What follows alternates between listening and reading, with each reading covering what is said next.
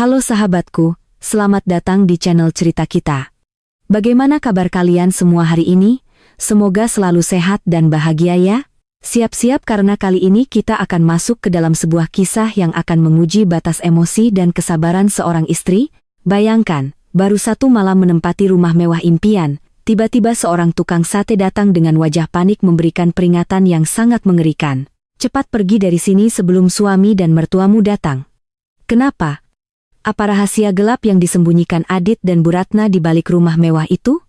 Siapa sebenarnya sosok Kirana? Dan apa peran krusial dari Bang Ujang si tukang sate? Kisah ini berjudul Malam Pertama Setelah Aku Pindah ke Rumah Mewah Baruku. Tukang sate keliling datang dengan wajah panik sambil berkata, "Cepat pergi dari sini sebelum suami dan mertuamu datang." Aku kebingungan, dan ternyata ini yang mereka lakukan di belakangku. Tonton sampai habis ya, karena setiap babnya penuh kejutan yang akan bikin jantung kalian berdebar. Sebelum kita mulai, yuk langsung berikan suka pada video ini, ikuti channel ini, dan jangan lupa nyalakan lonceng notifikasinya. Dan seperti biasa, tulis di kolom komentar nama, asal kota, dan hadir. Siap mendengarkan kisah pengkhianatan dan balas dendam yang elegan ini? Ayo kita mulai. Kirana menarik napas dalam-dalam. Aroma kat baru bercampur wangi mewah menyambutnya. Malam ini adalah malam pertama mereka di rumah ini. Sebuah mahakarya arsitektur bergaya Mediterania modern yang berdiri gagah di kawasan elit Jakarta Selatan. Rumah impiannya yang ia beli secara diam-diam menggunakan nama Adit, suaminya. Senyum Kirana merekah, namun tak bisa bertahan lama. Suasana di rumah itu terasa tegang, tak sehangat yang ia bayangkan. Adit, suaminya, terlihat mondar-mandir di ruang tamu. Ponselnya terus menempel di telinga, dan setiap kali ia melihat Kirana, senyumnya terasa dipaksakan, cepat menghilang seperti kabut pagi. Kirana adalah seorang wanita yang di mata Adit dan keluarganya hanyalah seorang penulis lepas biasa yang beruntung menikah dengan seorang profesional muda. Padahal, Kirana adalah pemilik sebenarnya dari rumah mewah ini. Ia adalah seorang pengusaha seni dan kreator konten digital sukses yang menyembunyikan identitas dan kekayaan aslinya. Ia sengaja membiarkan Adit berpikir bahwa rumah ini dibeli dengan sisa uang warisan kecilnya dan sebagian besar dari pinjaman bank yang diurus Adit. Tujuannya sederhana, ia ingin melihat ketulusan Adit jauh dari embel-embel kekayaan. Keputusan Kirana menyembunyikan kekayaannya semakin kuat setelah ia menikah dengan Adit 2 tahun lalu. Sejak awal pernikahan, Bu Ratna, ibu Adit, dan Rian, adik iparnya, selalu memandang rendah Kirana. Mereka menganggapnya tidak selevel. Menantu miskin yang tidak pantas berada di tengah keluarga mereka yang selalu berbicara tentang saham, proyek, dan aset di luar negeri. Adit sendiri, meskipun mencintai Kirana, seringkali tidak bisa membela istrinya dari ucapan pedas ibu dan adiknya. Malam ini seharusnya menjadi klimaks dari mimpi indah mereka. Rumah yang ia beli dengan darah dan air mata kreatifnya kini ada di hadapan mereka. Namun alih-alih merayakan, Adit justru semakin gelisah. Ia terus beralasan bahwa ada masalah mendesak di kantor, di firma hukum tempatnya bekerja. "Sebentar, sayang. Ada klien yang sangat rewel," ujar Adit sambil berjalan ke balkon, mencoba menjauhkan diri dari jangkauan Kirana. Kirana mengikuti suaminya dengan pandangan curiga. Ia melihat jemari Adit memilin ujung kemejanya, sebuah kebiasaan lama yang selalu muncul saat suaminya berbohong. Ia menahan diri untuk tidak bertanya, memilih untuk mengamati. Ia berjalan ke dapur, mempersiapkan teh hangat, sambil otaknya bekerja keras menyusun puzzle dari tingkah aneh Adit. Di meja makan, Kirana melihat beberapa lembar dokumen penting yang diletakkan Adit, sebuah map coklat dengan logo bank asing. Rasa penasaran mengalahkan kepatuhannya untuk tidak ikut campur. Ia mendekat dan membaca sekilas. Dokumen itu berisi detail pinjaman dengan jumlah yang sangat besar, jauh melampaui kemampuan Adit sebagai seorang manajer di firma hukum. Mata Kirana menyipit. Ia tahu suaminya memiliki utang kecil, tetapi angka di dokumen ini benar-benar mengejutkan. Ditambah lagi, ada catatan tangan di pinggir dokumen itu yang bertuliskan segera bereskan aset K, perlu dibalik nama cepat. Aset K, pikir Kirana. Mungkinkah itu inisial dirinya atau inisial rumah ini? Kirana segera menjauh dari meja ketika mendengar langkah kaki Adit mendekat. Ia berpura-pura sedang memeriksa hiasan bunga di vas. "Kenapa, sayang, kamu mau tidur?" tanya Adit, suaranya terdengar terlalu ramah. "Belum, aku masih ingin menikmati suasana rumah baru kita," jawab Kirana, menyembunyikan kecurigaannya dengan senyum manis. "Aku senang sekali," Terima kasih, Adit. Adit memeluknya sejenak, pelukan yang terasa kaku dan terburu-buru. Ini untuk kita, sayang. Kamu pantas mendapatkan yang terbaik. Namun di balik kata-kata manis itu, Kirana bisa merasakan ketidaknyamanan yang mendalam. Ia merasa Adit menyembunyikan sesuatu yang jauh lebih besar daripada sekadar masalah klien. Keesokan harinya, kecurigaan Kirana semakin membesar. Bu Ratna dan Rian datang ke rumah bukan untuk mengucapkan selamat, melainkan untuk memeriksa rumah. Bu Ratna, dengan tatapan tajam dan pakaian bermereknya, berjalan mengelilingi ruangan seperti seorang inspektur properti. Kalian tidak salah pilih tipe? Ini tipe termewah, bukan? Tanya Bu Ratna dengan nada merendahkan. Sayang sekali interiornya masih selera penulis lepas. Rian tertawa kecil, setuju dengan ibunya. Mungkin setelah ini kita harus segera mencari desainer yang lebih profesional, Bu. Kirana hanya tersenyum dingin. Padahal seluruh desain interior itu adalah konsepnya, ia ingin membiarkan mereka dalam kebodohan. Yang aneh adalah kali ini Adit tidak membela Kirana. Justru ia terlihat gugup, seolah takut ibunya akan mengatakan sesuatu yang salah. Tolong, Bu, Rian. Ini rumah kami, ujar Adit mencoba mengalihkan pembicaraan. Kita harus segera mengatur masalah yang kemarin, Bu. Bu Ratna melirik Adit dengan tatapan tajam yang penuh makna, seolah memperingatkan putranya agar diam. Ah, iya. Ibu hanya mau pastikan semuanya berjalan lancar. Lagi pula, rumah ini kan atas nama Adit. Aman. Kata aman itu seperti bel alarm di kepala Kirana. Kenapa Bu Ratna harus menekankan bahwa rumah ini atas nama Adit, seolah ada kepentingan mendesak di balik status kepemilikan itu.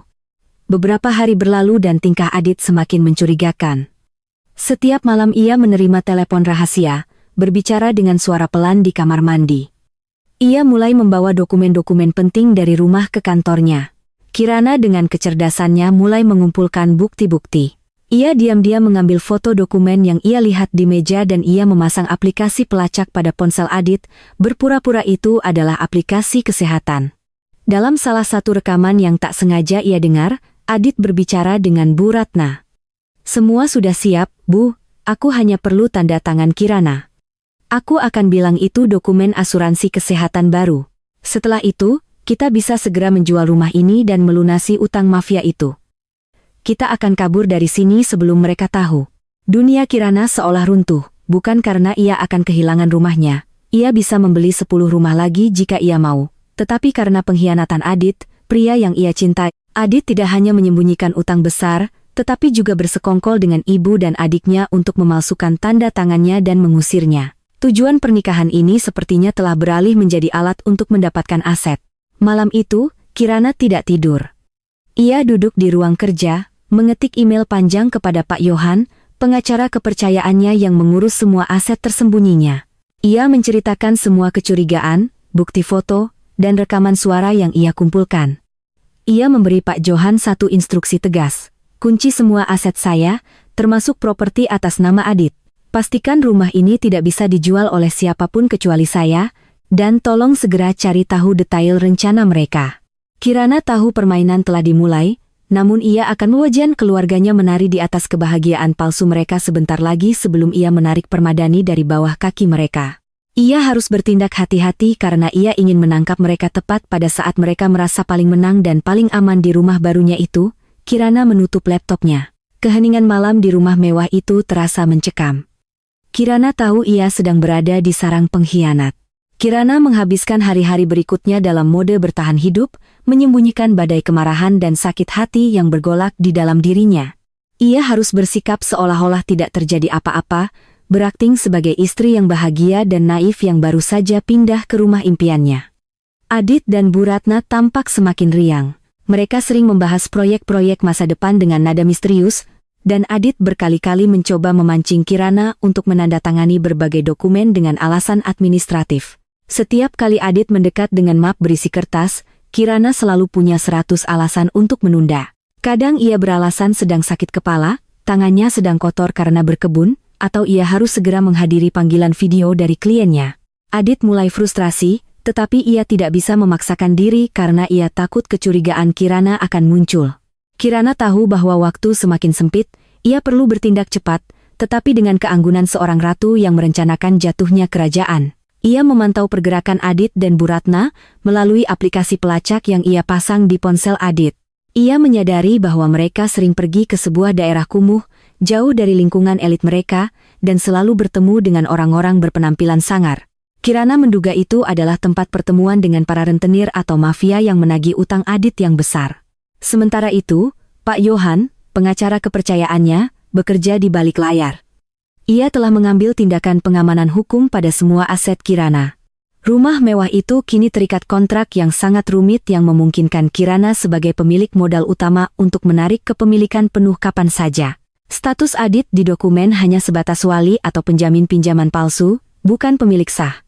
Pak Johan juga mengirimkan detektif swasta untuk memantau Adit dan Bu Ratna secara fisik, memverifikasi kecurigaan Kirana. Malam itu, malam yang sunyi di tengah hingar-bingar Jakarta, Kirana memutuskan untuk bersantai di teras belakang yang menghadap kolam renang. Adit bilang ia harus bertemu klien penting di luar kota, sementara Bu Ratna dan Rian pulang ke rumah mereka. Kirana menikmati kesendirian itu, memikirkan bagaimana caranya ia akan menjatuhkan suaminya. Ia sadar ini bukan lagi tentang cinta, tetapi tentang harga diri dan keadilan. Tiba-tiba terdengar suara keributan kecil dari depan rumah. Bukan suara mobil mewah atau bel pintu elektronik yang biasa, melainkan suara roda gerobak yang berhenti mendadak dan langkah kaki terburu-buru. Kirana mengerutkan kening. Satpam tidak pernah mengizinkan pedagang keliling masuk ke kompleks ini. Kirana bangkit dan berjalan perlahan menuju pintu utama. Ia mengintip melalui lubang intip. Yang ia lihat adalah seorang pria dengan gerobak sate. Wajahnya terlihat sangat panik. Matanya bergerak-gerak seperti mencari perlindungan. Itu adalah Bang Ujang, tukang sate langganannya yang berjualan di komplek perumahan lamanya yang lebih sederhana, jauh dari rumah ini. Kirana ragu-ragu. Kenapa Bang Ujang bisa sampai di sini? Dan kenapa ia terlihat begitu takut? Kirana membuka pintu dengan hati-hati, hanya menyisakan celah sempit. Bang Ujang, ada apa? Bagaimana abang bisa? Sebelum Kirana menyelesaikan kalimatnya, Bang Ujang mendorong pintu itu sedikit lebih lebar dengan telapak tangannya yang gemetar. Wajahnya yang biasanya ceria kini dipenuhi keringat dingin dan ketakutan. Ia berbisik, suaranya tercekat dan sangat tergesa-gesa. Cepat, cepat pergi dari sini, Bu. Sebelum suami dan ibu mertuamu datang, ini bukan rumah yang aman. Cepat, Bu Kirana. Cepat pergi. Peringatan itu seperti sambaran petir. Semua ketakutan dan kecurigaan Kirana terkonfirmasi oleh ucapan seorang orang luar, orang yang bahkan tidak tahu tentang identitas asli Kirana. Air muka Kirana berubah drastis dari bingung menjadi tegang. Tunggu, Bang Ujang, tenang. Kenapa abang bilang begitu? Apa yang terjadi? Siapa yang mau datang? Desak Kirana, mencoba menjaga suaranya tetap rendah agar tidak didengar oleh satpam di pos depan. Bang Ujang melihat ke belakang, ke arah gerobaknya dan jalan yang gelap. Mereka sudah mengatur semuanya. Bu, tadi saya tidak sengaja dengar di warung kopi dekat kantor Pak Adit, orang-orangnya, yang sangar itu bicara. Mereka bilang sebentar lagi akan ada penyerahan aset di rumah ini. Katanya semua akan beres kalau Bu Kirana sudah diusir. Di warung kopi? Tanya Kirana. Ia tahu di lingkungan kelas pekerja, informasi berharga seringkali beredar di tempat-tempat santai seperti itu. Iya, Bu. Mereka bilang rumah ini mau dijual ke pembeli dari luar negeri dan uangnya buat melunasi utang besar Pak Adit. Mereka bilang Bu Kirana harus pergi karena Bu Kirana itu penghalang. Jelas Bang Ujang, kata-katanya penuh keprihatinan tulus. Saya sudah lama kenal Bu Kirana, saya tahu Bu Kirana orang baik, saya harus kasih tahu Bu. Saya lihat mobil Pak Adit dan Bu Ratna sudah menuju ke sini. Hati Kirana mencelos. Adit berbohong tentang keluar kota dan ia datang bersama Bu Ratna. Ini pasti malam eksekusi mereka. Mereka akan memaksanya menandatangani dokumen dan mungkin segera mengusirnya. Kirana berpikir cepat. Ia tidak bisa pergi. Jika ia pergi, itu akan mengkonfirmasi ketakutan mereka bahwa ia tahu segalanya dan mereka akan membatalkan rencana mereka, membuatnya lebih sulit untuk menjebak mereka. Kirana harus tetap di sini, di sarang pengkhianatan ini. Ia menarik Bang Ujang sedikit menjauh dari pintu, ke balik pilar besar. Bang Ujang, dengarkan saya baik-baik. Saya tidak bisa pergi. Saya harus tetap di sini. Tapi saya butuh bantuan abang. Bang Ujang menatap Kirana, bingung dan takut.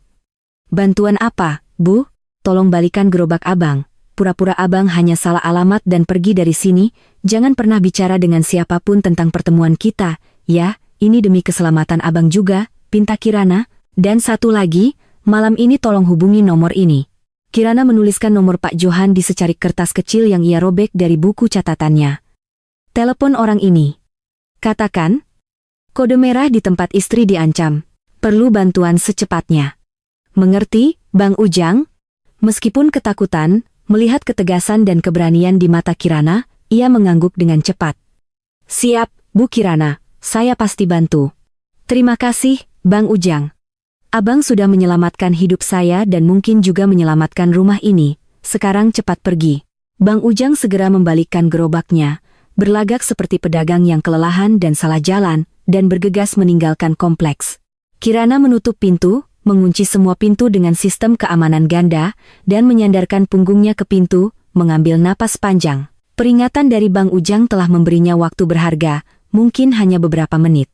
Ia harus mengubah dirinya dari istri yang bingung menjadi benteng yang tak terhancurkan. Ia berlari ke kamar, mengambil ponselnya, dan mengirim pesan kepada Pak Johan untuk memverifikasi panggilan dari Bang Ujang. Ia melihat ke cermin. Matanya berkilat marah, tetapi wajahnya tenang. Aku tidak, Anbari.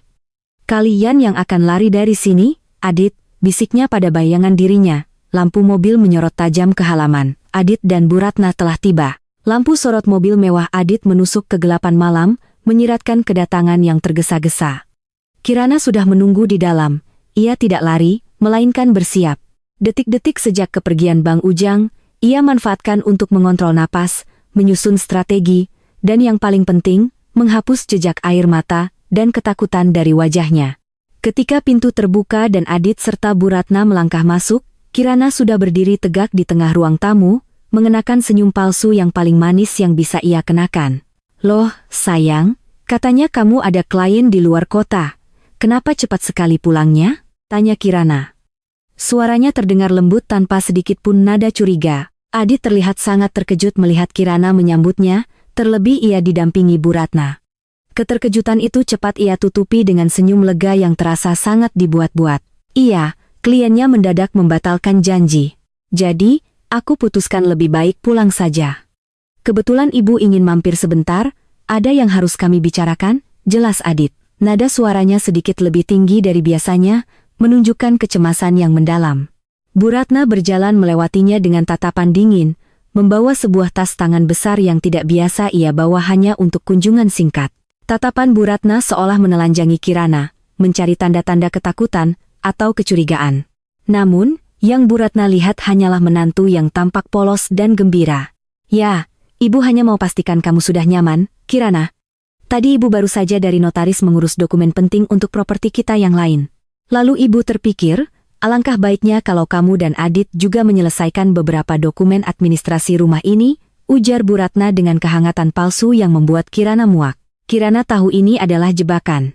Dokumen yang dibawa Bu Ratna pasti bukan dokumen administrasi biasa.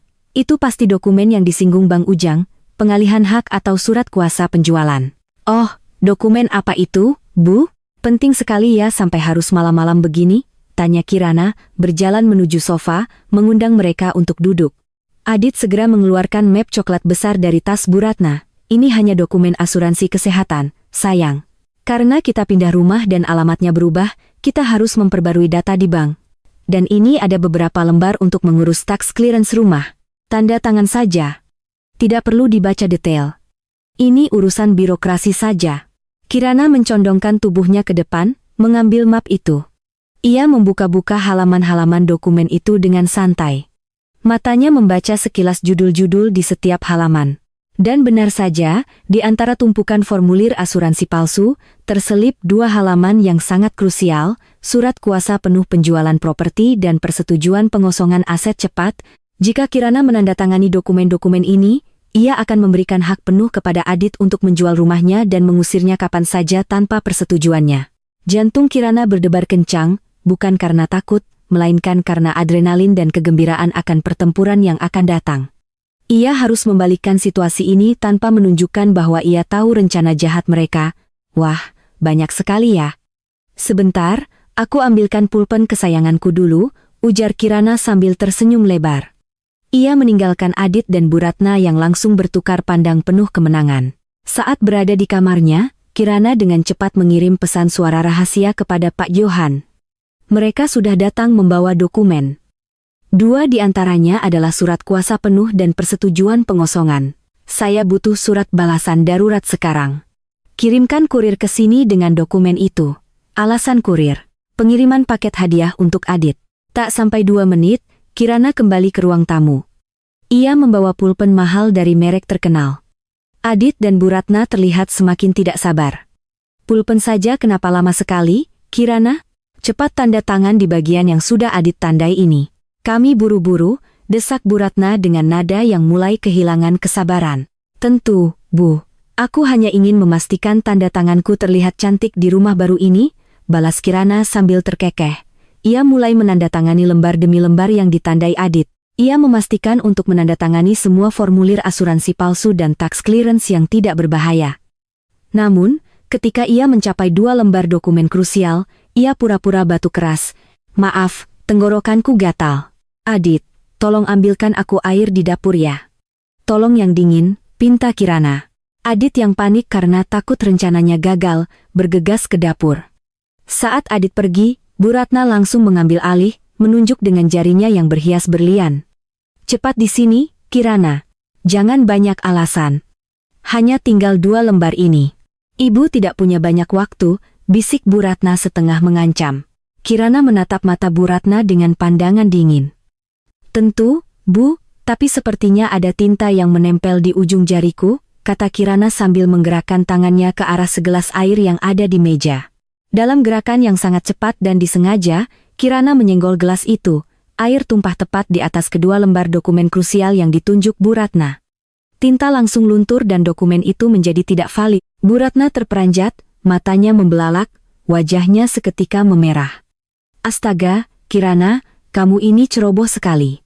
Dokumen penting ini, oh, ya ampun Bu, maafkan saya benar-benar tidak sengaja. Sepertinya saya harus segera membersihkan ini, kata Kirana, berpura-pura panik. Adit kembali dari dapur dan melihat kekacauan itu. Wajahnya langsung pucat pasi, melihat 2 lembar dokumen yang paling ia butuhkan kini basah dan rusak. Aduh, Kirana, kenapa kamu ceroboh sekali? Teriak Adit, nadanya penuh kemarahan yang ia tahan. Dokumen ini harus kita serahkan besok pagi. Sekarang bagaimana? Maafkan aku, sayang. Mungkin fotokopinya saja yang bisa kita pakai dulu? Tanya Kirana dengan nada bersalah yang meyakinkan. Tidak bisa. Ini harus yang asli dan bertanda tangan basah. Kamu sengaja, kan? Adit tidak bisa lagi menahan amarahnya. Sengaja apa, Adit? Aku hanya minta minum. Kenapa kamu malah marah-marah? Ini kan hanya dokumen. Kita bisa cetak lagi besok, balas Kirana, kini dengan nada yang lebih tegas, mengalihkan fokus dari kecerobohannya menjadi kemarahan Adit yang tidak beralasan. Bu Ratna segera menarik tangan Adit. Sudah, Adit, jangan ribut, kita bisa cetak lagi. Kita punya salinannya, tapi ini membuang waktu, kita harus pergi sekarang. Ibu takut orang-orang itu datang kemari, bisik Bu Ratna di telinga Adit. Adit menatap Kirana dengan pandangan penuh curiga. Ia tahu istrinya tidak sebodoh itu. Namun, ia tidak punya pilihan selain menuruti ibunya. Mereka tidak bisa mengambil risiko bertemu dengan rentenir di rumah baru ini. Baiklah, aku pergi sekarang. Besok pagi kamu harus tanda tangani dokumen yang baru. Tidak ada penundaan lagi, ancam Adit, kemudian bergegas pergi bersama Bu Ratna, meninggalkan Kirana sendirian di ruang tamu yang berantakan. Begitu pintu tertutup, senyum di wajah Kirana menghilang, digantikan oleh ekspresi kemenangan yang dingin. Ia berhasil menunda eksekusi dan memancing kemarahan mereka yang secara tidak langsung mengkonfirmasi niat jahat mereka. Hanya 5 menit setelah kepergian mereka, bel pintu berbunyi lagi. Kali ini itu adalah kurir dari layanan pengiriman ekspres. Kirana membuka pintu. Kurir itu menyerahkan sebuah amplop besar berwarna merah dengan logo kantor hukum Pak Johan. Selamat malam, Bu. Ini ada titipan mendesak dari Pak Johan untuk Ibu Kirana. Dimohon segera dibuka, kata kurir itu sopan. Di dalam amplop merah itu terdapat 2 dokumen penting. Yang pertama adalah surat penarikan hak kepemilikan penuh atas rumah tersebut, mengembalikan semua hak kepada Kirana sah sejak hari itu. Yang kedua adalah salinan surat kuasa khusus yang memberi Kirana hak untuk melakukan tindakan hukum apapun terhadap Adit dan Bu Ratna tanpa harus melalui proses mediasi. Kirana memegang amplop itu erat-erat.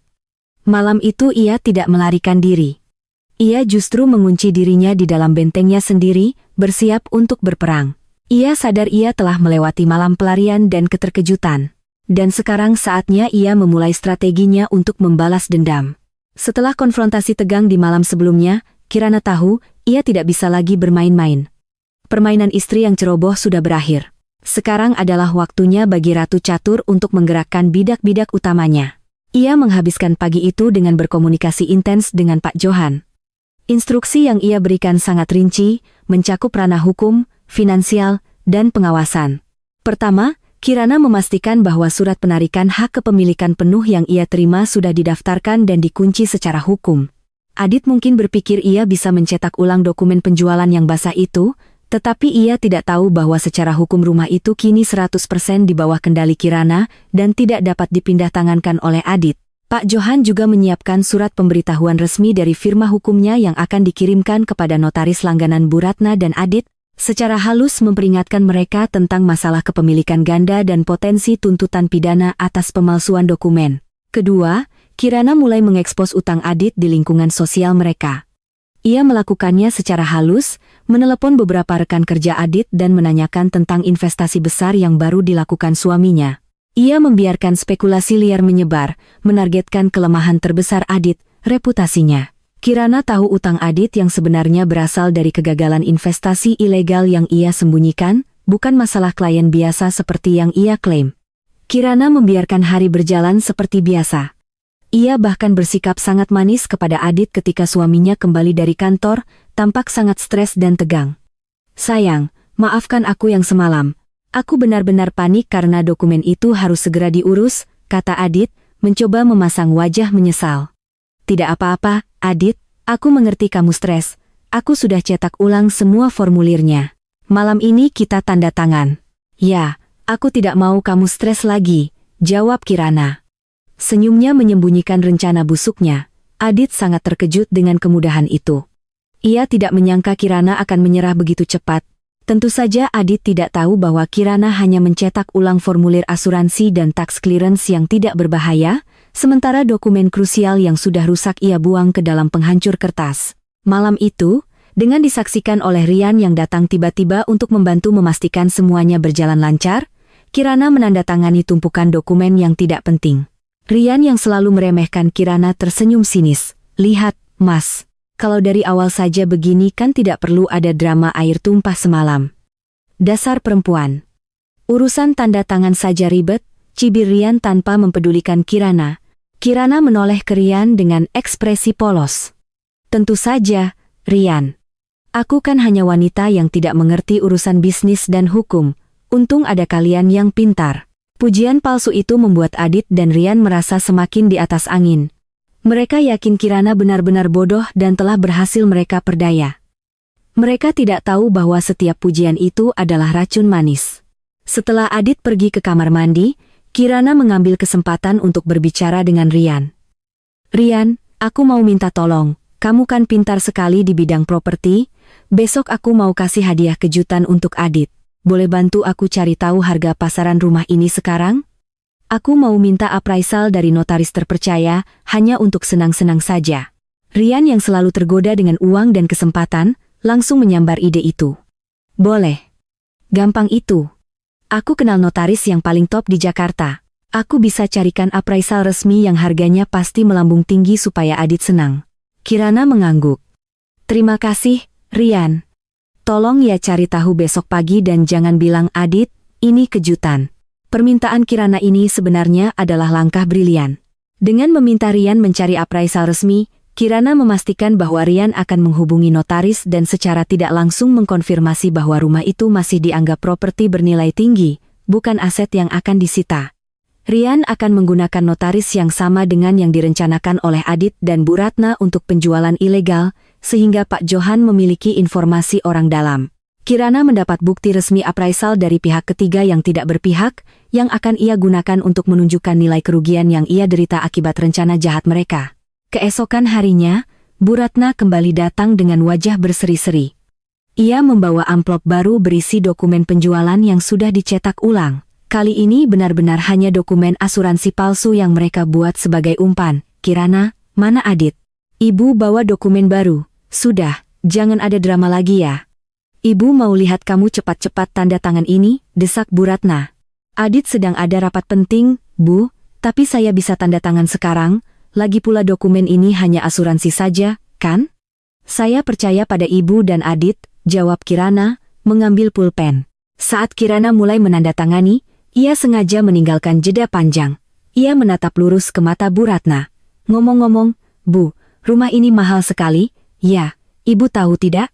Adit bilang, kita harus segera menjual beberapa lukisan seni di sini untuk membayar cicilan bank yang tertunda. Katanya, kita harus berhemat. Wajah Bu Ratna langsung menegang. Jelas sekali ia tidak tahu tentang cicilan tertunda itu. Kirana menyengaja hal itu. Ia menanamkan benih kecurigaan bahwa Adit sedang mencoba mengakali ibunya. Menjual lukisan yang mana? Itu semua karya seni bagus, Kirana, sergah Bu Ratna. Kini perhatiannya beralih dari tanda tangan Kirana ke lukisan-lukisan di dinding. Iya, Bu. Adit bilang. Daripada kita kehilangan rumah ini, lebih baik kita korbankan lukisan itu. Saya sedih sekali, tapi ya bagaimana lagi, Adit yang bilang begitu. Kirana melempar bola panas itu ke Adit. Bu Ratna mendidih. Ia tahu Adit memiliki utang, tetapi ia tidak tahu bahwa putranya sudah bertindak sejauh menjual aset lain. Tujuannya adalah menjual rumah ini, bukan aset seni yang ia anggap berharga. Tanda tangan saja dulu, Kirana. Ibu harus segera pergi. Ibu harus bicara dengan Adit sekarang juga, perintah Bu Ratna, suaranya sedikit meninggi. Kirana tersenyum puas setelah Bu Ratna pergi dengan wajah kesal, berencana menginterogasi Adit. Rencana Kirana berhasil. Ia memanaskan suasana di antara kedua konspirator utama. Kepercayaan di antara Adit dan Bu Ratna mulai retak. Sementara itu, Pak Yohan menghubungi Kirana. Semua sudah sesuai rencana, Bu Kirana. Tadi pagi Bang Ujang sudah memberikan keterangan kepada tim saya mengenai pengamatannya di warung kopi. Detektif kami juga memastikan Adit telah menghubungi pembeli dari luar negeri dan mereka berencana menyelesaikan deal di rumah Anda lusa malam. Kami juga sudah menerima laporan appraisal dari notaris yang dihubungi oleh Rian. Nilai kerugian Anda jika penjualan ini terjadi sangat fantastis. Bagus, Pak Yohan, jawab Kirana tenang. Sekarang siapkan kejutan besarnya. Saya ingin acara penandatanganan penjualan lusa malam itu menjadi panggung saya. Undang semua pihak, Pak Yohan, pembeli, rentenir, dan terutama teman-teman sosialita Bu Ratna. Saya ingin mereka semua hadir untuk menyaksikan kehancuran ini. Strategi Kirana kini sudah lengkap, manipulasi psikologis, memecah belah Adit dan Bu Ratna, tindakan hukum cepat, mengunci aset, pengumpulan bukti pihak ketiga, Bang Ujang dan Rian, dan pengaturan panggung, mengundang audiens. Kirana menatap rumah mewahnya. Ia tahu dalam 2 hari rumah ini akan menjadi saksi dari pengkhianatan terkejam dan balas dendam paling elegan.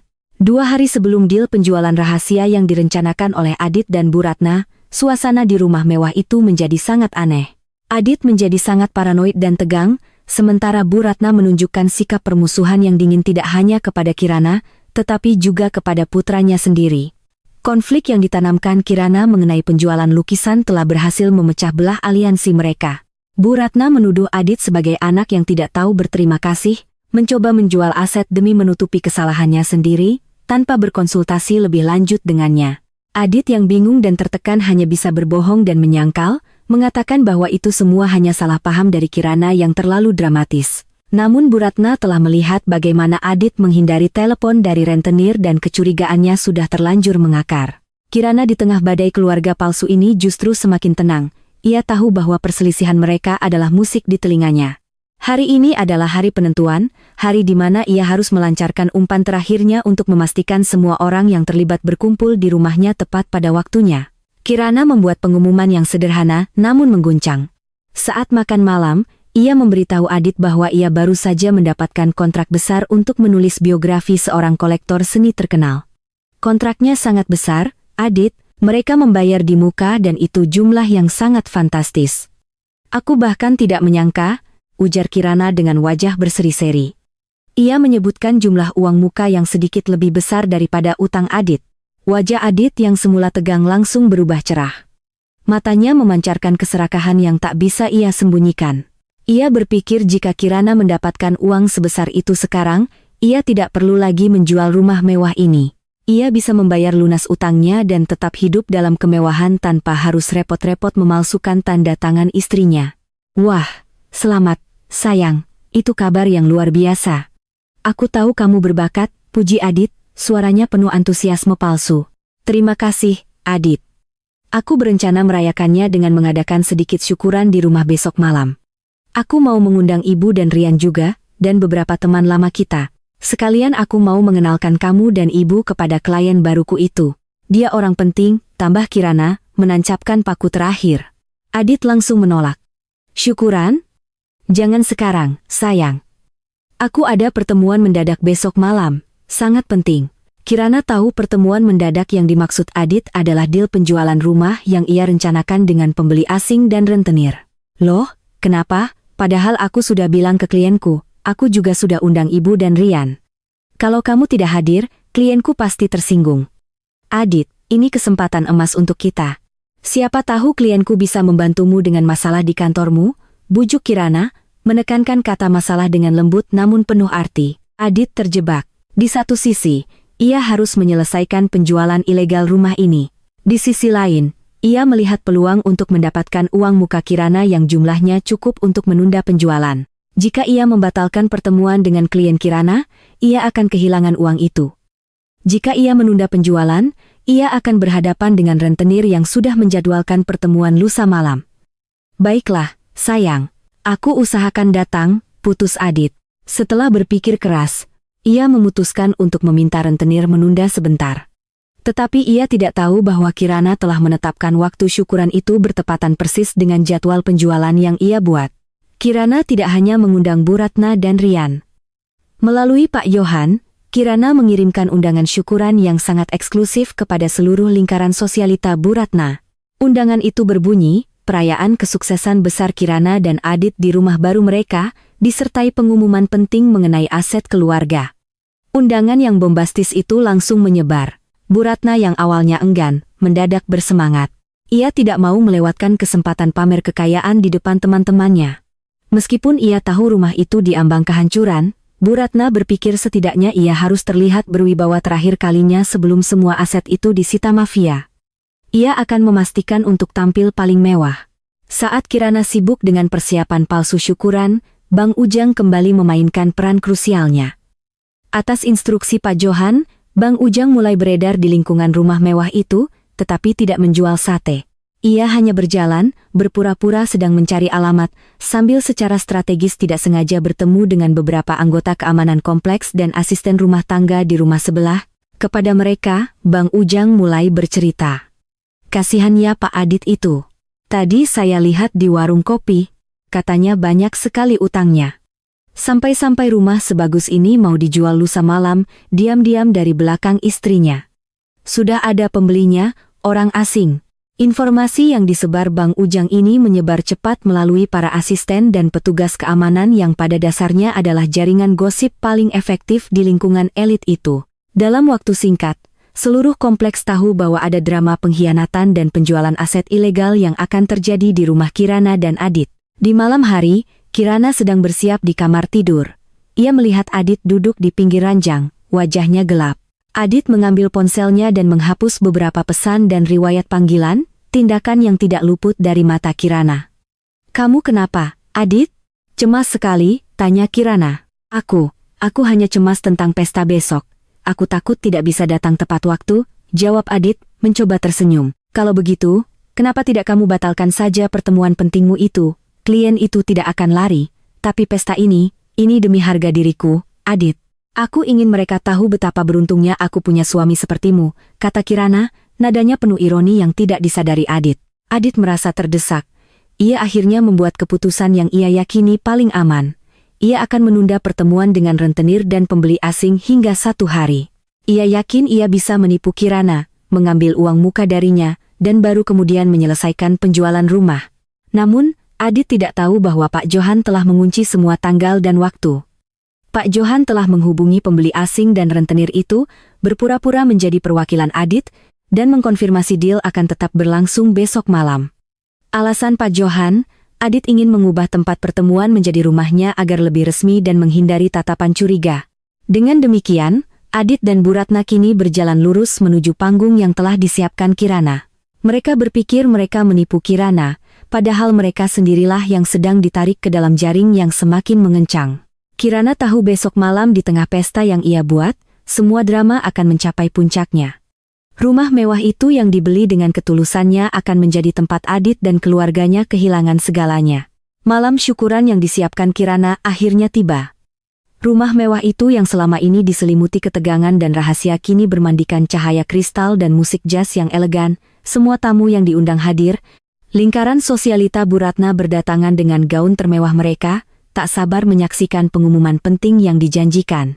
Bu Ratna sendiri tampil mencolok. Wajahnya penuh senyum palsu saat menyapa teman-temannya, meskipun ia terus melirik Adit dengan pandangan curiga, Adit sendiri hadir dengan wajah tegang. Ia terus menerima telepon rahasia di sudut ruangan, berpura-pura berbicara dengan klien penting, padahal ia sedang mencoba membatalkan atau menunda pertemuan dengan rentenir yang telah dikonfirmasi oleh Pak Johan atas namanya. Ia panik karena menyadari rentenir dan pembeli asing itu bersikeras untuk datang malam ini di rumahnya, tepat saat pesta sedang berlangsung. Di tengah kerumunan, Kirana bersinar. Ia mengenakan gaun malam berwarna marun yang sederhana, namun memancarkan aura wibawa dan kekuasaan yang tersembunyi. Ia menyambut para tamu dengan keanggunan, membuat Bu Ratna semakin iri.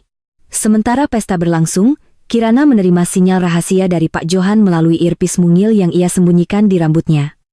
Mereka semua sudah datang, Bu Kirana, pembeli, rentenir, dan juga pihak notaris dari counterparty Anda.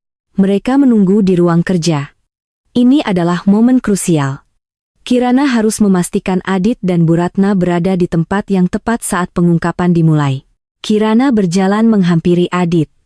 Sayang, klien seni yang aku bilang itu sudah datang. Mereka menunggu di ruang kerjamu. Mereka mau bicara empat mata dengan pemilik rumah. Ibu dan Rian juga harus ikut. Ini tentang aset keluarga, kata mereka. Adit yang sudah diambang kepanikan karena para rentenir berada di rumahnya, mengira ini adalah kesempatan untuk mengendalikan situasi. Ia berpikir ia akan menyelesaikan deal penjualan dengan rentenir itu di ruang kerja, mendapatkan uangnya, dan kemudian kembali ke pesta untuk mengambil uang muka dari Kirana. Baiklah, sayang. Ibu, Rian, mari ikut aku, ajak Adit. Bu Ratna dan Rian yang penasaran segera mengikuti. Mereka tidak tahu bahwa mereka sedang berjalan menuju ruang sidang rahasia yang telah disiapkan Kirana. Kirana memimpin mereka ke ruang kerja. Ruangan itu telah diubah. Meja kerja Adit kini didominasi oleh sebuah meja panjang dengan beberapa kursi di sekitarnya. Di meja itu sudah duduk beberapa orang asing berjas rapi pembeli asing dan notaris mereka, dua pria bertubuh besar dengan wajah dingin, rentenir, dan yang paling mengejutkan Adit dan Bu Ratna adalah kehadiran Pak Johan yang duduk di ujung meja dengan tatapan tenang. Adit dan Bu Ratna terpaku di ambang pintu. Suasana di ruang kerja itu berbeda total dengan suasana pesta di luar.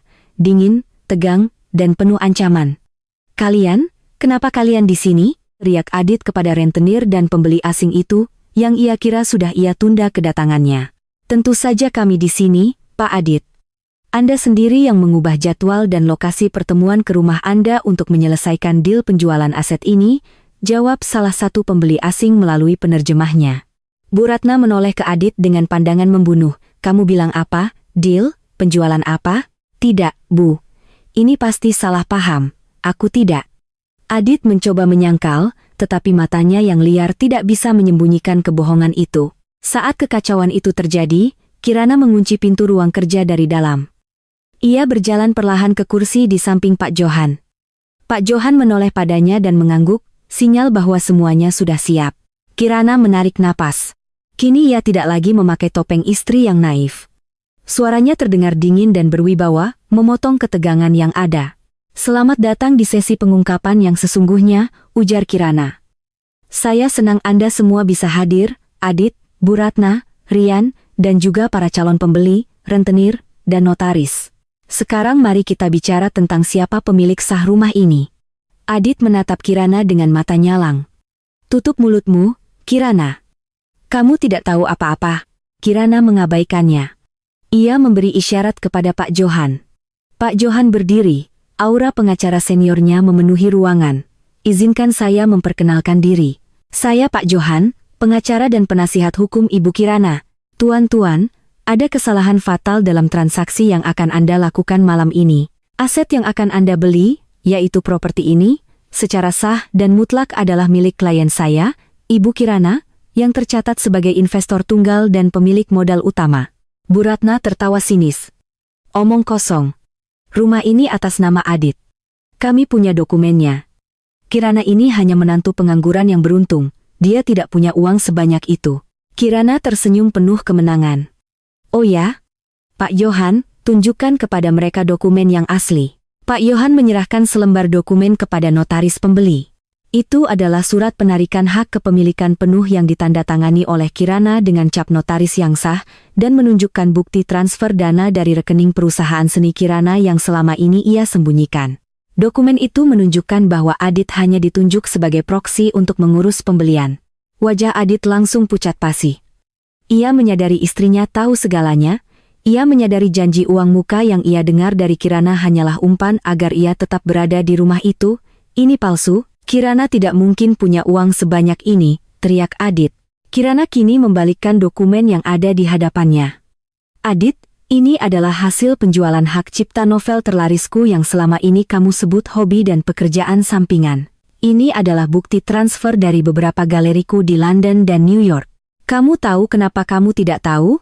Karena aku tidak pernah mau memamerkan kekayaan dan hanya ingin hidup sederhana dengan pria yang tulus mencintaiku. Tapi ternyata di balik topeng suami yang mencintaiku, kamu adalah penipu yang serakah.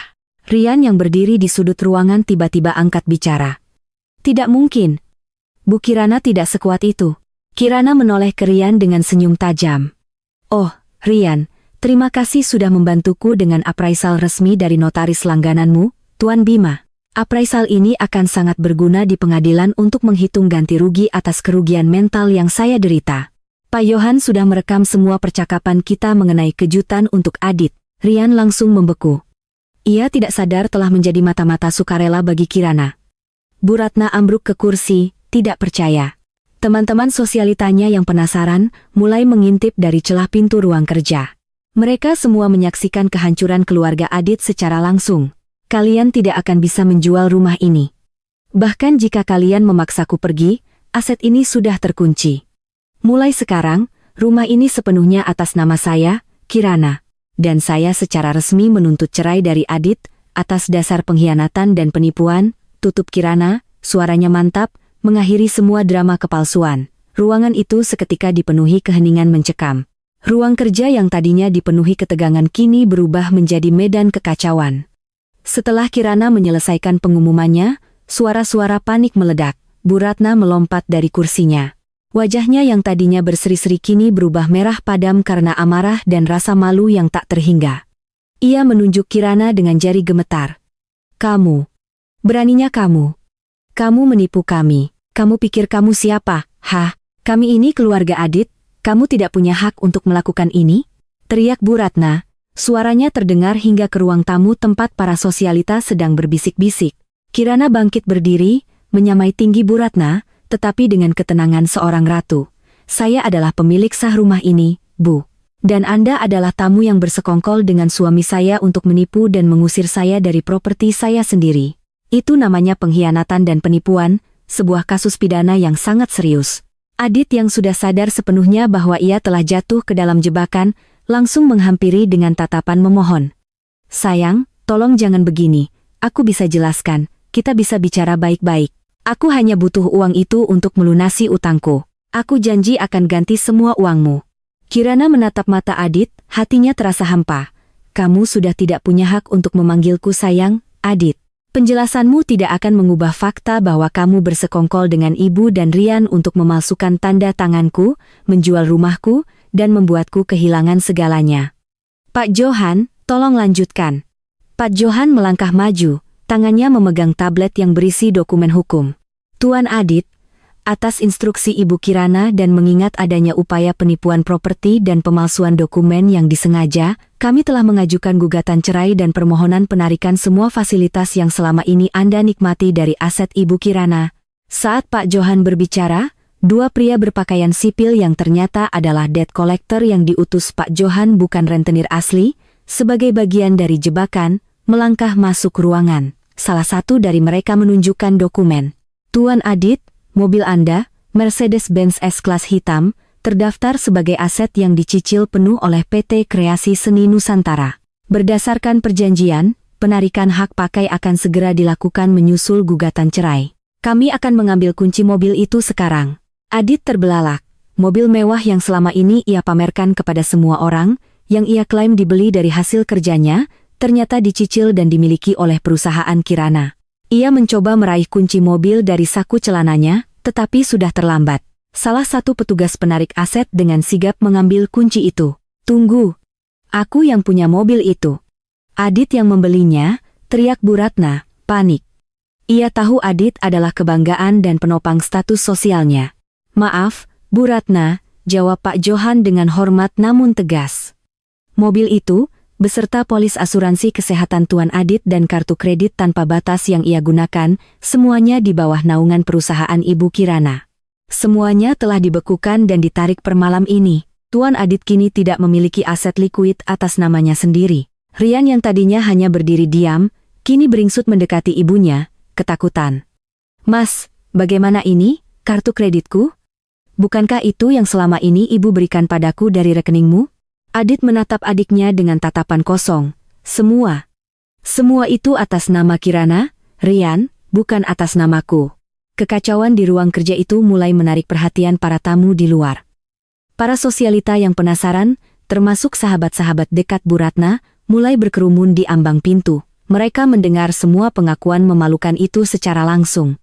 Mereka melihat betapa hancurnya citra keluarga Adit yang selama ini mereka anggap sempurna dan kaya raya.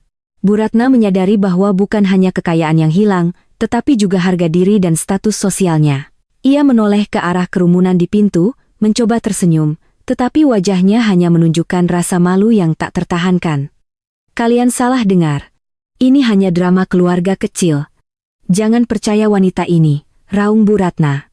Seolah menambah drama, ponsel Rian dan Bu Ratna berdering nyaring hampir bersamaan. Wajah mereka berdua langsung berubah lagi, kali ini menjadi putih pucat. Bu, kartu kreditku semua ditolak. Aku baru coba beli minuman anggur di bar, bisik Rian, suaranya bergetar. Bu Ratna memegang ponselnya erat-erat. Ia baru saja menerima pesan dari asistennya bahwa semua dana di rekening investasi yang ia anggap miliknya, yang sebenarnya juga berasal dari Kirana melalui skema investasi Adit, telah dibekukan. Kirana menatap Bu Ratna dengan pandangan terakhir yang penuh penghakiman. Anda selama ini meremehkan saya, Bu, karena saya hanya seorang penulis lepas. Anda bilang saya tidak pantas berada di rumah mewah ini. Malam ini saya buktikan, saya bukan hanya pantas, tetapi sayalah yang memiliki segalanya. Sekarang saya minta Anda semua, Adit, Bu Ratna, dan Rian, untuk segera meninggalkan rumah ini. Anda tidak diundang ke pesta saya. Pak Johan memberikan satu lagi amplop resmi kepada Adit. Ini adalah surat pengajuan cerai dan perintah pengosongan rumah. Anda diberi waktu 1 jam untuk mengemas barang-barang pribadi Anda. Jika lebih dari itu, kami akan memanggil polisi atas tuduhan perampasan aset. Adit yang kini terlihat seperti pria yang kehilangan jiwanya, hanya bisa menerima amplop itu. Ia tidak lagi memiliki kekuatan untuk melawan.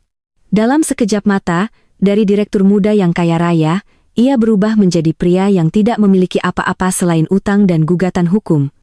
Bu Ratna yang ambruk di kursi kini hanya bisa meratap dalam diam. Kesombongannya hancur berkeping-keping di hadapan semua orang yang paling ia ingin pamerkan. Kirana berjalan keluar dari ruang kerja itu, meninggalkan kekacauan di belakangnya. Musik di ruang tamu terhenti, semua mata tertuju padanya. Ia berjalan ke tengah ruangan, mengambil segelas sampanya dari meja dan mengangkatnya. Terima kasih atas kedatangan Anda semua. Pesta syukuran saya malam ini ditutup dengan pengumuman yang jauh lebih penting daripada yang saya bayangkan. Saya doakan Anda semua selalu dikelilingi oleh ketulusan dan kejujuran, ucap Kirana dengan senyum tipis sebelum meminum sampanyenya. Ia telah memenangkan pertempuran ini, bukan dengan kekerasan, tetapi dengan kecerdasan dan keanggunan. Pengusiran Adit, Bu Ratna, dan Rian dari rumah mewah Kirana menjadi topik pembicaraan terpanas di seluruh Jakarta selama berminggu-minggu. Kisah istri naif yang ternyata konglomerat rahasia dan suami pengkhianat yang jatuh miskin dalam semalam menyebar bagai api di media sosial dan lingkaran sosialita. Citra keluarga yang selama ini dijaga Bu Ratna dengan susah payah hancur total. Setelah dipermalukan di depan umum dan diusir dari rumah yang mereka kira adalah aset terakhir mereka, Adit dan Bu Ratna terpaksa kembali ke rumah lama mereka yang sederhana, yang ternyata juga memiliki masalah hipotek yang menggunung. Rian yang tidak memiliki pekerjaan tetap, ikut menumpang di sana. Suasana di rumah itu penuh dengan tuduhan, penyesalan, dan keputusasaan. Adit mencoba menghubungi Kirana berkali-kali, memohon mediasi, dan meminta maaf. Namun, semua panggilannya diblokir. Satu-satunya komunikasi yang ia terima adalah melalui Pak Johan. Pagi itu, Pak Johan mengirimkan surat panggilan sidang pertama kepada Adit. Tuntutannya bukan hanya cerai, tetapi juga gugatan pidana atas pemalsuan dokumen dan kerugian material serta imaterial yang diderita Kirana. Surat itu juga mencantumkan secara rinci utang Adit yang sebenarnya, termasuk utang pada rentenir yang kini beralih menuntut Adit secara langsung setelah deal penjualan rumah itu gagal total. Bu Ratna duduk di sofa lusuh, membaca surat-surat itu dengan mata yang lelah. Kemewahan yang selama ini menopang kehidupannya lenyap. Teman-teman sosialitanya menjauhinya, takut reputasi mereka ikut tercoreng. Adit, lihat ini. Kita dituntut ganti rugi miliaran. Dari mana kita dapat uang sebanyak itu? Ini semua gara-gara kamu. Kenapa kamu tidak jujur dari awal tentang utangmu?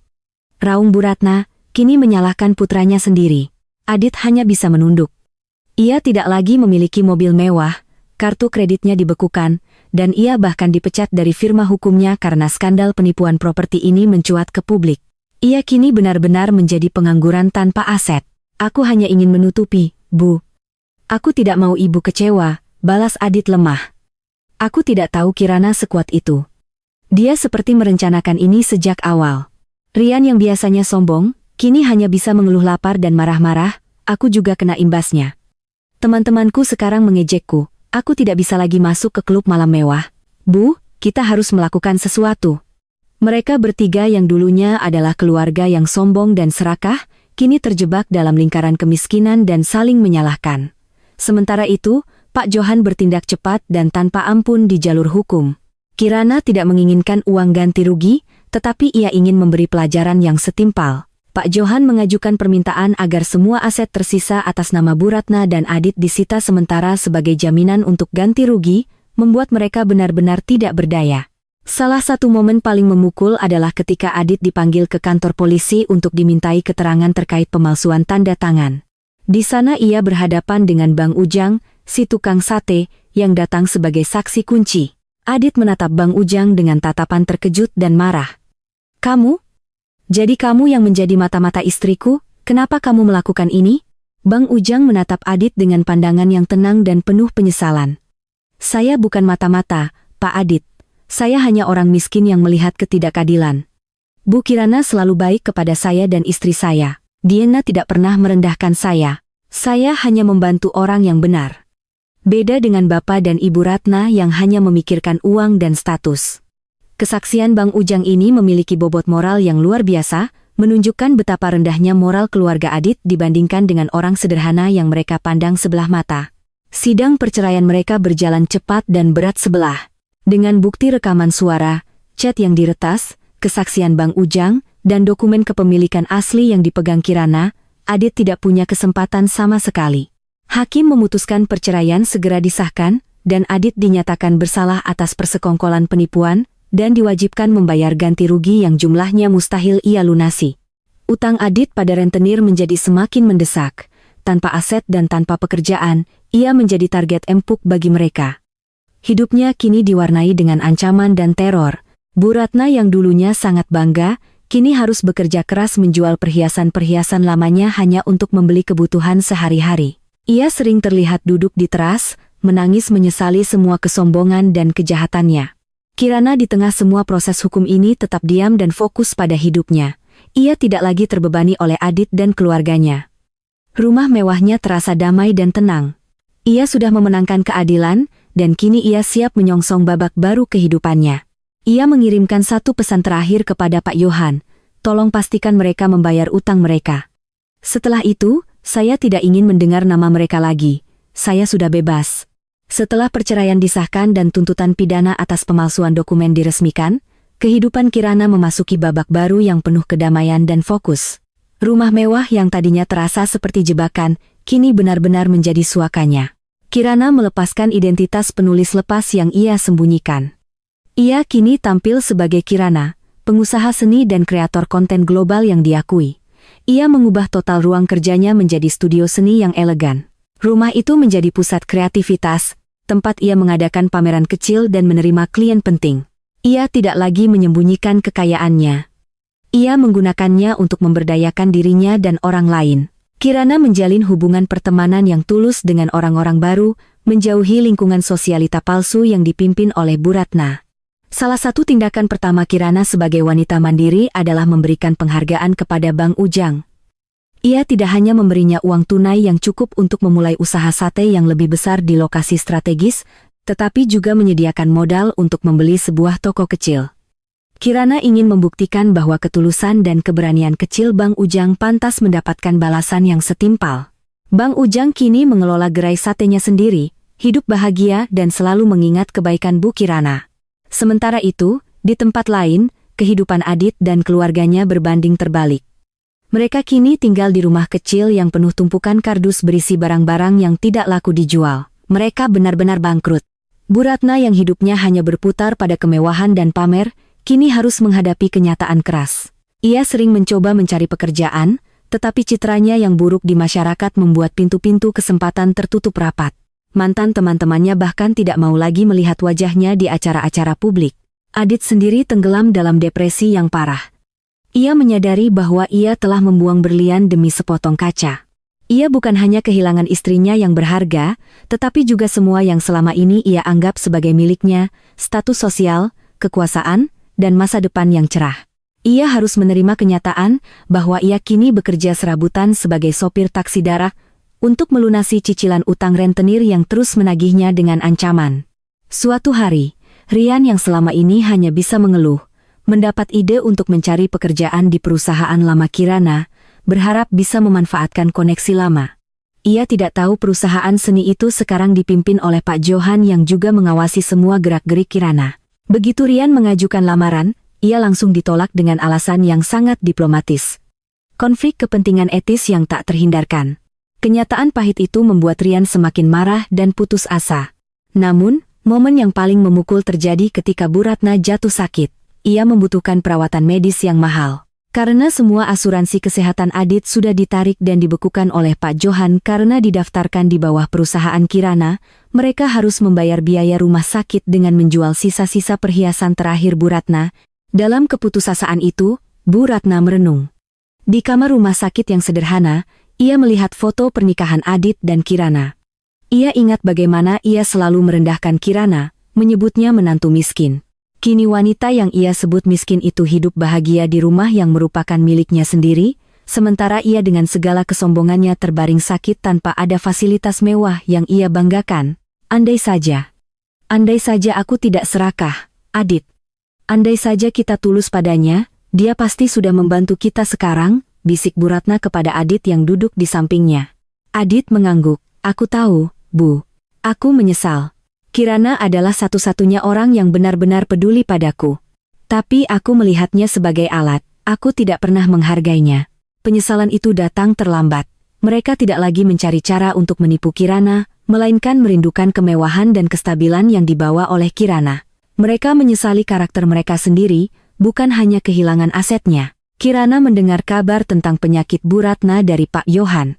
Kirana hanya menghela napas, ia tidak merasa dendam lagi, hanya rasa iba yang dingin. Ia tidak mengirimkan bantuan karena ia tahu pelajaran ini harus mereka serap sampai ke tulang. Membantu mereka sekarang hanya akan mengulangi siklus ketergantungan dan kebohongan. Kirana memilih untuk fokus pada masa depannya.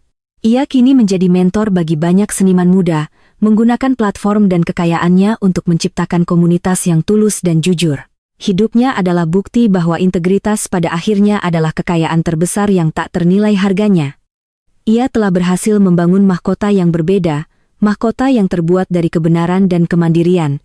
Beberapa tahun berlalu, kehidupan di rumah mewah Kirana jauh dari hiruk-pikuk drama keluarga. Rumah itu kini menjadi mercusuar bagi kejujuran dan kerja keras. Kirana tidak hanya makmur sebagai pengusaha seni dan penulis, tetapi juga menemukan kebahagiaan dalam kesendirian yang berkualitas.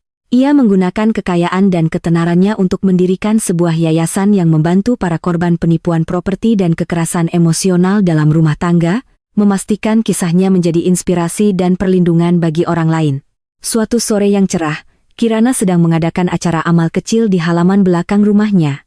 Ia melihat Bang Ujang datang, bukan dengan gerobak, melainkan dengan mobil pikap kecil yang bersih, mengantarkan sate gratis untuk para tamu yayasan. Bang Ujang tersenyum tulus. Ia kini adalah seorang pengusaha sukses di kotanya, dan ia tidak pernah lupa berterima kasih kepada wanita yang memberinya kesempatan. Kehadiran Bang Ujang di rumah mewah itu sebagai tamu terhormat menjadi simbol bahwa hati nurani dan kejujuran selalu menemukan tempat yang layak, terlepas dari status sosial. Di sisi lain kota, kehidupan Adit, Bu Ratna, dan Rian mencapai titik nadir. Mereka telah kehilangan rumah lama mereka, dan kini tinggal di kontrakan sempit. Adit terus bekerja keras, berjuang melunasi utang-hutangnya. Ia telah belajar dari rasa sakit dan penyesalan yang mendalam. Ia mulai membangun kembali hidupnya dari nol, bukan lagi dengan keserakahan, tetapi dengan kerja keras yang jujur. Namun, kesuksesan finansial tidak lagi menjadi prioritasnya. Ia hanya ingin tidur nyenyak tanpa rasa bersalah. Bu Ratna tidak pernah pulih sepenuhnya dari rasa malu sosial. Ia kini menghabiskan hari-harinya dengan menjadi relawan di panti jompo, sebuah pekerjaan yang ironis mengingat ia dulu selalu menuntut pelayanan. Dalam kesendiriannya, ia merenungkan setiap kata kejam yang pernah ia lontarkan kepada Kirana. Ia menyadari kekayaan Kirana tidak terletak pada uangnya, melainkan pada ketenangan jiwanya dan kemampuannya untuk mencintai dan mempercayai yang telah ia hancurkan. Suatu hari, Adit melihat Kirana dari kejauhan di sebuah acara publik. Kirana terlihat memukau, dikelilingi oleh tokoh-tokoh penting dan media. Adit tidak berani mendekat. Ia hanya berdiri di sudut, memperhatikan kebahagiaan sejati yang terpancar dari wajah mantan istrinya. Ia menyesali setiap kebohongan dan setiap pengkhianatan. Ia menyadari bahwa ia tidak hanya kehilangan rumah mewah itu, tetapi ia kehilangan kesempatan untuk hidup dalam rumah tangga yang mewah yang didasarkan pada cinta dan kejujuran. Adit mengirimkan satu surat terakhir kepada Kirana melalui Pak Johan. Surat itu tidak berisi permintaan maaf atau permohonan, melainkan pengakuan sederhana. Kirana, kamu benar. Aku yang meninggalkan rumah mewah sejati. Aku harap kamu menemukan kebahagiaan yang pantas kamu dapatkan.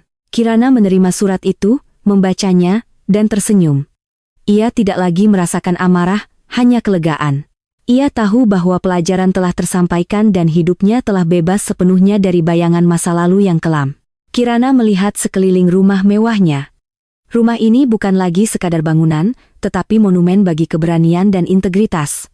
Ia membuktikan bahwa tidak peduli seberapa kaya atau berkuasa orang lain terlihat, kebenaran dan kejujuran adalah aset yang tak ternilai harganya. Bang Ujang, si tukang sate yang sederhana, menjadi pahlawan tak terduga yang menggerakkan roda keadilan. Adit dan keluarganya yang meremehkan ketulusan, berakhir dengan penyesalan abadi. Kirana berjalan ke teras, menghirup aroma malam yang tenang. Ia telah memenangkan pertarungannya bukan dengan mengambil nyawa atau membalas dengan kebohongan, tetapi dengan membangun mahkota yang berbeda. Mahkota yang terbuat dari kebenaran dan kemandirian, berdiri gagah di rumah yang ia beli dengan darah, keringat, dan kecerdasannya sendiri. Kisah ini berakhir bukan dengan air mata kepedihan, tetapi dengan air mata kemenangan dan harapan baru yang tak tergoyahkan. Jangan pernah meremehkan seseorang, karena kekayaan sejati berada dalam kecerdasan, integritas, dan ketulusan, bukan pada aset yang dipamerkan. Keserakahan akan selalu menghancurkan pelakunya sendiri, sedangkan kebenaran akan membangun mahkota yang berbeda.